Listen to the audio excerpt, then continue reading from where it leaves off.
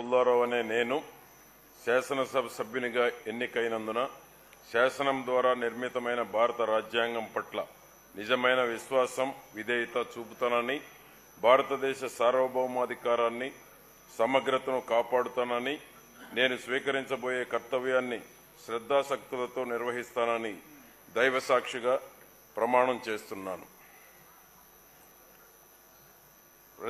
ఆంధ్రప్రదేశ్ శాసనసభ సభ్యుడనైన పుల్లారావు అనే నేను శాసనసభ సభ్యునిగా ఎన్నికైనందున శాసనం ద్వారా నిర్మితమైన భారత రాజ్యాంగం పట్ల నిజమైన విశ్వాసం, విధేయత చూపుతానని, భారతదేశ సార్వభౌమాధికారాన్ని, సమగ్రతను కాపాడుతానని, నేను స్వీకరించబోయే కర్తవ్యాన్ని శ్రద్ధాసక్తులతో నిర్వహిస్తానని దైవసాక్షిగా ప్రమాణం చేస్తున్నాను.